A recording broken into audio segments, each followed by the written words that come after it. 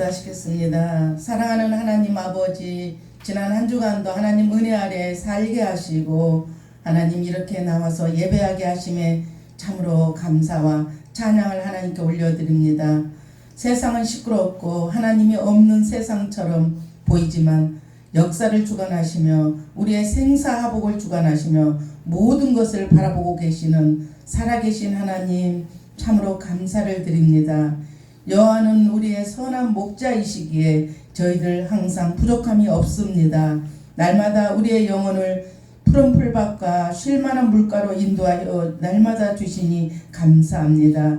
복 있는 사람은 악인의 꾀를 쫓지 아니하며 죄인의 길에 서지 아니한다 하였습니다. 아버지, 이 나라 백성들 악인의 길에 서지 않게 하시고 오직 의인의 길로 가게 하여 주시옵소서. 살아계신 하나님 아버지, 우리 백성들 영안을 열어주셔서 의인의 길, 생명의 길, 하나님께서 원하는 길로 가게 하여 주시옵소서. 주님의 보혈로 인하여서 이 자리에 예배하게 하여 주시니 하나님 감사합니다. 아버지, 우리 예배를 받아주시고 흠명하여 주시옵소서.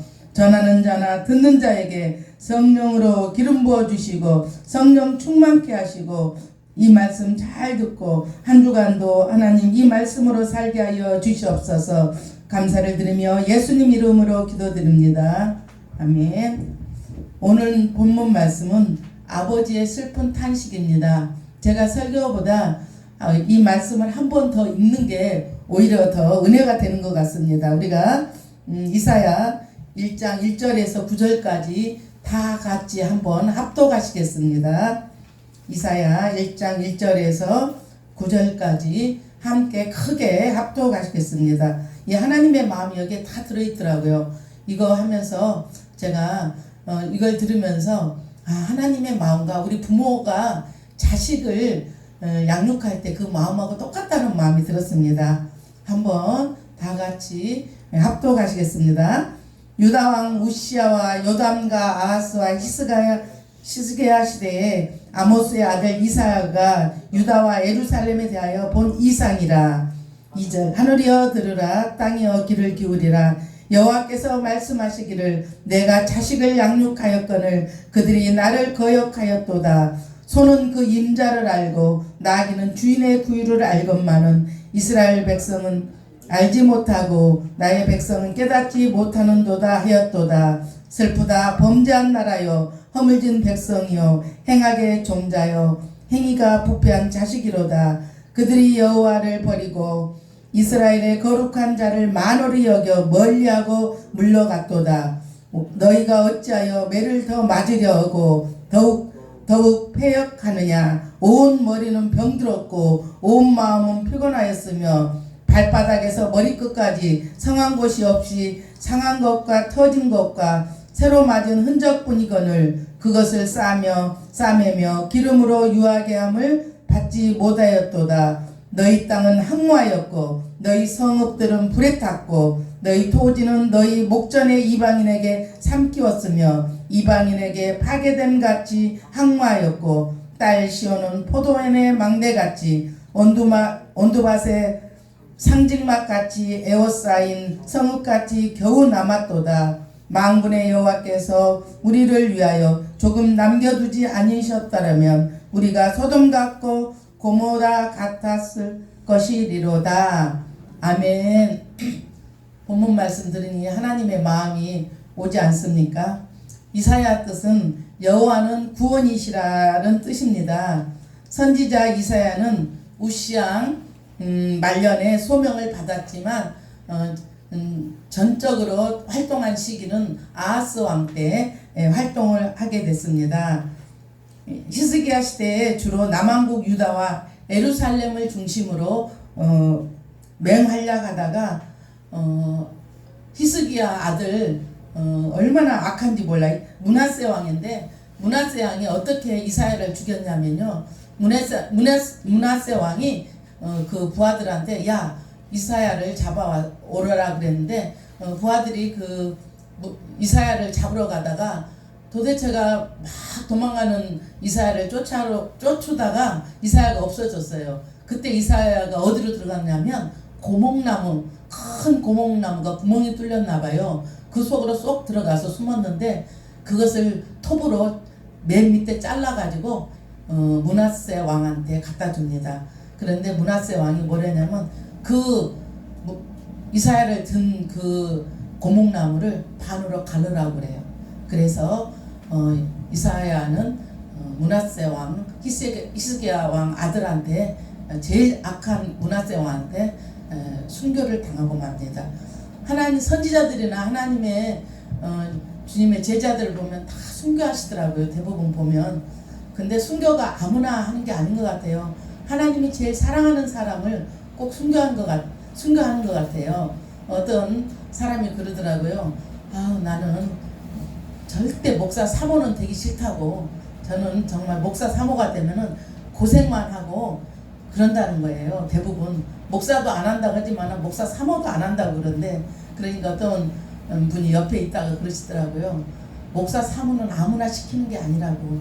목사 사모 그릇이 돼야 사모시키고 그러지, 목사 사모가 아무가 된 거 같지 않는 것처럼 이렇게 이사야 마냥 순교하는 것도 아무나 순교하는 게 아니고 하나님이 제일 사랑하고 그런 분이 순교하는 것 같아요. 베드로도 그렇고 모든 제자들이 순교당하는 걸 우리가 보고 있잖아요. 그래서 죽음에도 무서워하지 않는 우리가 그 순교의 신앙을 저 여러분들이 가져야 되겠습니다.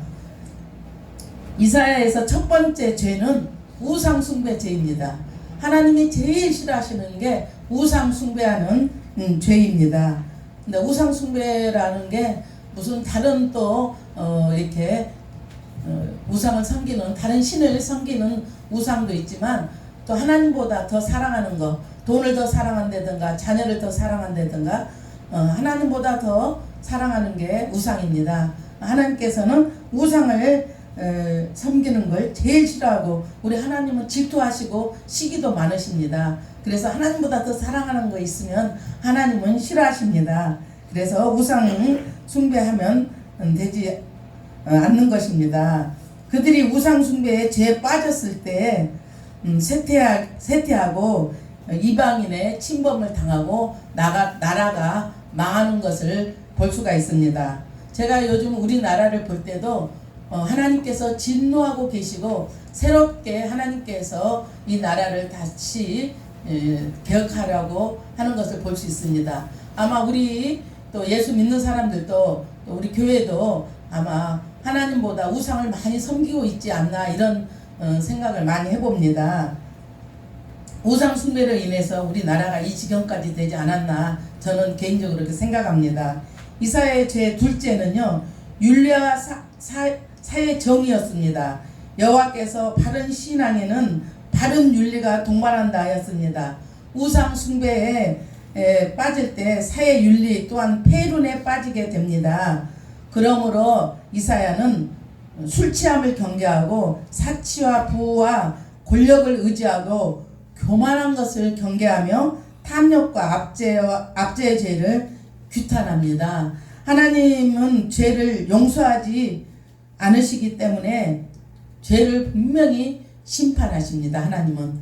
그래서 우리가 하나님은 이스라엘과 온 세상을 심판하시는 하나님을 저와 여러분들은 알아야 됩니다. 좋으신 하나님만이 아닙니다. 우리가 이 땅에서 살다가 죽음이 와도 하나님은 우리의 심판을 하나님 앞에 심판하게 되는 것입니다. 저와 여러분들은 이 땅에서 사는 모든 목록을 하나님 앞에 서서 심판받을 때가 온다는 것을 분명히 알아야 됩니다. 그러나 하나님은 심판을 통해 회개하라고 그러십니다.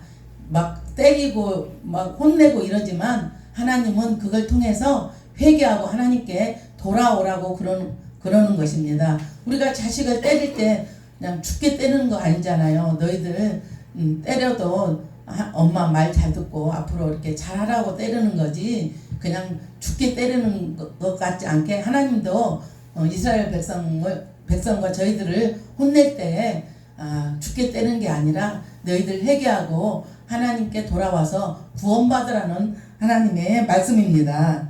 우리 동생네 집 전번에 안산에 제가 있을 때 한 70 정도 되셨어요. 그런데 목발을 짚고 3층을 올라오시더라고요. 그래서는 이렇게 부추기고 3층까지 제가 우리 동생하고 같이 가서 앉아서 얘기를 했어요.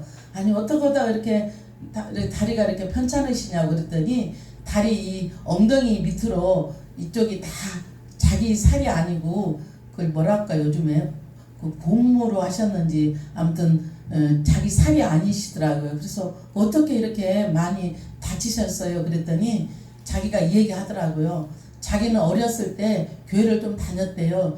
중학교, 고등학교까지 다니다가 세상에 나와가지고 하나님을 잊어버리고 계속 돈만 벌고 살다가 결혼해서 살아도 또 이혼도 하고 아무튼 상처가 너무 많고 교통사고를 몇 번을 또 났더라고요. 그러면서 되는 일이 없었다고 그러더라고요. 그러면서 이제는 돈을 한번 더 많이 벌어봐야 되겠다 해서 그렇게 많이 교통사고를 나고 그래도 하나님이 계신지 이렇게 누가 전도해도 교회는 가지 않았대요. 그런데 중국에 가서 돈을 많이 한번 벌어보려고 중국에 갔대요. 그래서 중국에 사업을 하다가 오토바이를 타고 중국에서 막 이렇게 갑자기 가는데 큰 차가 와서 자기를 탁 받았는데 중환자실에 얼마나 오래 있다가 깨어나 보니 자기 다리가 한쪽이 없이 이렇게 되었다고. 그러면서 이제 70이 다 되는데 이제 교회 다니더라고요. 그것처럼 하나님은 물론 하나님이 하셨는지 사탄이 했는지 모르겠어요. 제가 봤을 때는 하나님은 자기 백성을 꼭 찾으십니다. 하나님은 자기 백성을 그냥 두지 않으세요. 왜냐면 하나님께 돌아오라는 겁니다. 하나님이 때리는 이유는 너희들 하나님께 돌아와라. 그렇게 근데 많이 맞고 그래서도 하나님이 자기를 사랑하는지 몰랐대요. 그래서 70이 넘어서 이제서 그 목발을 짚고 하나님한테 오는 거예요. 그래서 제가 기도도 하고 같이 얘기도 하고 그러면서 꼭 하나님을 놓치지 마시고 이제부터는 하나님한테 하나님 끈을 놓지 말고 이제는 그렇게 살으시라고 그랬더니 이제 그러면서 우리가 또 차도 같이 이제 나가서 먹고 동생이랑 그러면서 얘기를 했는데 하나님은 살아계십니다. 이 자리에도 함께 계시지만 우리 모두 하는 행동과 모든 거 우리가 죽어서 하나님 심판대에 섰을 때 우리가 영혼은 우리 육신이 영과 혼과 육신으로 돼 있거든요. 어떤 분은 또 영과 육으로 돼 있다고도 또 그러시고 어떤 신학자분들은 그런데 우리는요 영혼은 하늘로 올라가고 육신은 썩어서 이 땅에 없지만 우리는 분명히 죽음이 오면 천국과 지옥이 있기 때문에 하나님 앞에 심판을 받습니다. 그렇기 때문에 이 땅에 사는 동안 누구를 두려워할 게 아니라 하나님을 두려워해야 합니다. 왜냐면 이 땅에 사는 것도 힘든데 죽어서 심판받을 때 하나님한테 이 충성된 종아 이렇게 하나님께서 말씀해 주시는 저와 여러분들이 되시기를 하나님 축원합니다. 왜냐면 어떤 목사님 그러시더라고요. 우리가 죽어서 의의 멸관을 받아야 되는데 가서 이 땅에서 개판으로 살아가지고 개털모자 받으면 어떻게 할 거냐고 그러면서 이 땅에 살면서 바르게 살라고 저희들한테 하나님 의지하며 하나님 말씀으로 살라고 그렇게 하시더라고요. 이렇듯 이스라엘 백성은 이방 우상을 섬기는 가운데 죄악을 일삼고 있었습니다. 하는 것마다 죄만 짓는 것입니다. 어디에도 정의와 공평은 없었습니다. 따라서 하나님은 폐역한 자식을 돌이키고자 하는 아버지의 심정으로 매를 들어 그 백성을 치셨습니다. 그리고 죄악이 사무쳤던 고로 매 강도는 갈수록 세게 때렸습니다. 그래서 당시 유다는 발바닥에서 머리까지 성한 곳이 없을 정도로 매맞아 터진 자국뿐이라고 이사야 1장 5절과 6절에서 말씀하십니다. 5절과 6절 한번 읽어보면요. 너희가 어찌하여 매를 더 맞으며 더욱 폐역하느냐. 온 머리는 병들었고 온 마음은 피곤하였으며 발바닥에서 머리까지 성한 곳이 없이 상한 것과 터진 것과 새로 맞은 흔적뿐이거늘 그것을 싸매며 기름으로 유하게 함을 받지 못하였도다. 이렇게 주님은 말씀하고 계십니다. 너희는 불순종으로 인하여서 어디 성한 곳이 없다는 것입니다. 머리에서 발끝까지 다 맞은 흔적뿐이라는 것입니다. 저도 많이 맞았어요. 사실 많이 맞고 늦게 하나님한테 돌아왔지만 하나님은 때리는 이유가 하나님께 돌아오라, 하나님께 돌아와서 같이 얘기하고 같이 사귀자는 것입니다. 우리가 자식이 엄마 멀리하고 갔을 때 야 이리와 엄마랑 같이 얘기하자, 그거랑 똑같습니다. 하나님도 하나님 자녀들하고 얘기하고 같이 이렇게 대화하고 이러고 싶으신 것입니다. 바로 이러한 때에 이사야는 하나님의 말씀을 외쳤습니다. 죄 때문에 매를 맞아 상처투성이인 그곳을 깨끗하게 치료받는 비결을 이사야는 외쳤습니다. 그렇다면 어떻게 해야 죄의 상처를 치료받을 수가 있습니까? 첫 번째는 죄악의 길에서 돌이켜야 합니다. 2절과 3절을 한번 보면은 어떻게 하냐면요, 하나님께서 하늘이여 들으라, 땅이여 귀를 기울이라 이렇게 말씀하고 계십니다.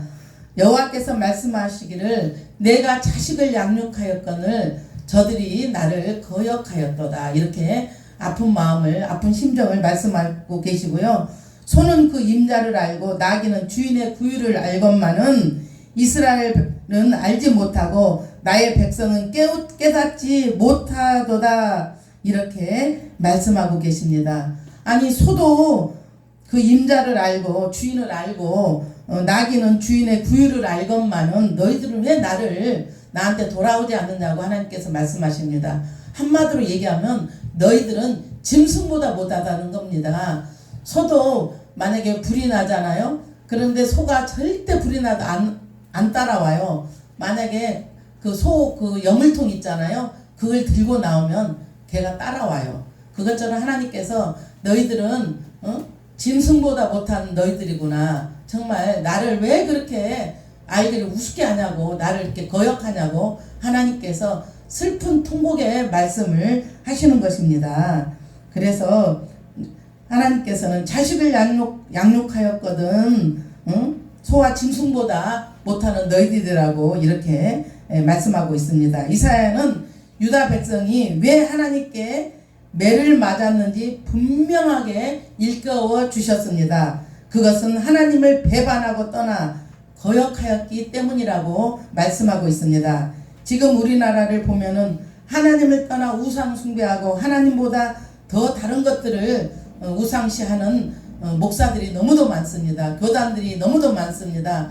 하나님 너무너무 가슴이 아프고 이 심정일 것입니다. 그런데 돌아오지 않고 더 WEA를 한국 서울에서도 개최한다고 그러니 종교다원주의로 인해서 하나님 마음이 너무너무 이렇게 아프고 거역한다고 하나님께서는 그 심정을 토하고 계실 것입니다. 정말 우리는 다시 종교개혁을 다시 해야 될 것 같습니다. 유다 백성은 하나님의 사랑의 젖으로 양육받은 백성이었습니다. 하나님은 애굽에서 다 죽어가는 유다 백성들을 살려주셨습니다. 그 죽어가는 피투성이를 데려다가 먹이고 입히고 가나안 땅까지 사는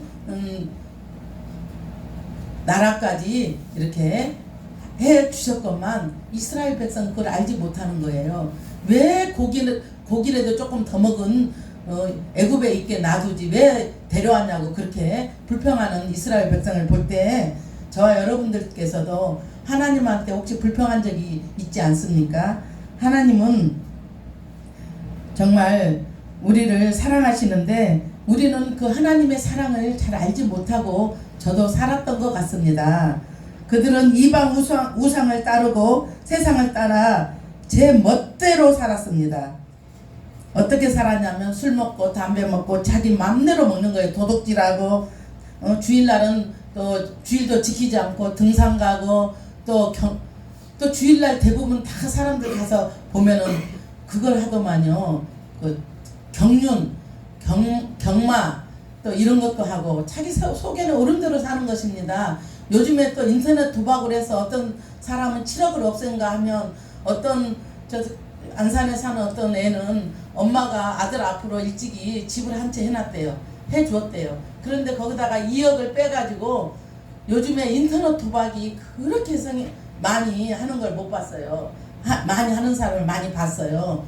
그것처럼 자기 소견에 오른 대로 사는 것입니다. 그것이 맞는 걸로 알고 사는 것입니다. 물론 저도 그렇게 살았던 저라 말할 것도 없지만, 근데 하나님은 나한테 돌아와서 이 성경 말씀 66권 이것대로 살으라고 그러십니다. 여기에 다 나와 있어요. 어떻게 살아야 되며 어떻게 이 땅이 될 것이며 나중에 최후에는 하나님 재림하고 이 땅이 어떻게 될 것이라고 다 나와 있으니까 우리는 성경을 길이요 진리요 생명이신 이 말씀을 붙잡고 사는 저와 여러분들이 되셔야 되겠습니다.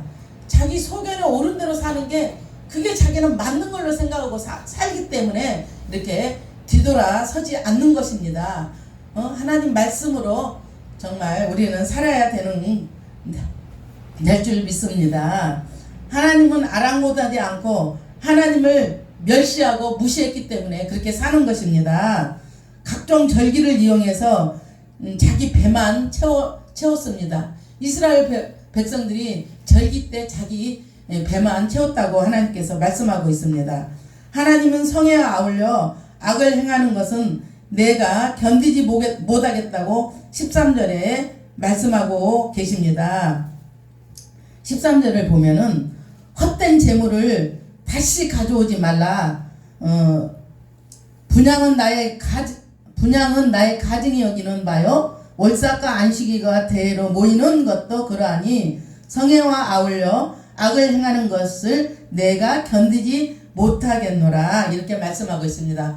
헛된 재물 돈 몇 푼 가져가지고 헌금하고 그렇게 마음도 없이 여기 앉아있는 그런 재물을 가져오지 말라는 것입니다.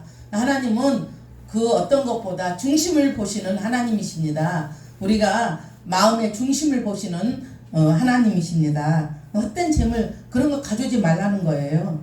하나님은 우리를 지으신 목적이 이사야 43장 21절에 분명하게 나와 있습니다. 이 백성은 내가 나를 위하여 지었나니 나의 찬송을 부르게 함이라. 이렇게 말씀하고 있습니다. 우리를 지으신 목적이 예배하고 찬송하게 하려고 우리를 지어 놓으셨습니다. 어떤 목사님이 하루에 7번씩 꼭 찬양을 하라고 7곡을 하라고 말씀하시더라고요. 그분은 하루에 7번씩 찬양합시다. 이것을 음반을 냈어요. 그것처럼 우리가 말씀과 날마다 찬양으로 성령 충만하여서 마귀들의 사단의 종로를 타는 저와 여러분들이 되지 말아야 되겠습니다. 이걸 준비하고 설교를 준비하는데 이 찬양이 제 머리에 계속 떠오르더라고요. 나를 지으신 이가 하나님, 나를 부르신 이도 하나님, 나를 보내신 이도 하나님, 나의 나 된 것은 다 하나님 은혜라. 아멘. 여러분 지금까지 여기까지 이 자리까지 오게 하신 분이 여러분 힘으로 오셨습니까? 하나님이 여기까지 인도하셨습니까? 하나님은 유다 백성이 즉시 회개하고 돌이켰으면 매는 즉시 거두어졌을 것입니다. 매맞은 자국은 치료받을 수 있었을 것입니다. 그러나 유다 백성은 목이 곧았습니다. 자기 그 행실을 돌이키라고 얘기했지만 그대로 하는 유다 백성을 보고 하나님은 계속 매를 내리치는 하나님이심을 볼 수가 있습니다. 자숙하고 회개하기는커녕 더욱 별길로 가는 유다 백성한테 하나님은 징계하시고 계시는 것입니다. 그래서 하나님은 드신 매를 거두지 않고 거듭 치셨습니다. 성도는 하나님께서 징계하실 때 즉시 회개하고 죄악의 자리에서 떠나야 합니다. 오직 그것만이 죄악의 상처에서 치료받을 수 있고 살 수 있는 유일한 길입니다. 회개하는 심령, 회개하는 민족만이 하나님께 치료의 은총을 받을 수가 있는 것입니다. 성도 여러분, 성민 유다는 교회 공동체를 가리키고요. 그 백성들은 오늘날 우리의 교회의 성도들을 가리킨다고 볼 수 있습니다. 그렇다면 본문의 이사야의 메시지가 오늘날 교회와 성도들을 향한 경고 메시지인 것입니다. 지금 이 순간 우리 자신을 한번 돌이켜 봅시다. 하나님을 떠나서 죄악의 길에 서 있지는 않습니까? 십자가 보혈로 나 같은 죄인을 구속해서 이렇게 오늘 또 예배하고 하게 하셨건만, 오늘날 우리는 배은망덕하게도 주를 떠나 세상을 따르고 살고 있지는 않습니까? 그렇다면 매를 더 맞기 전에 즉시 회개하고 주께로 돌이켜야 됩니다. 돌이킨 후에 이제는 신실한 삶으로서 하나님을 기쁘게 해드리는 저와 여러분들이 되시기를 예수 그리스도의 이름으로 축원합니다.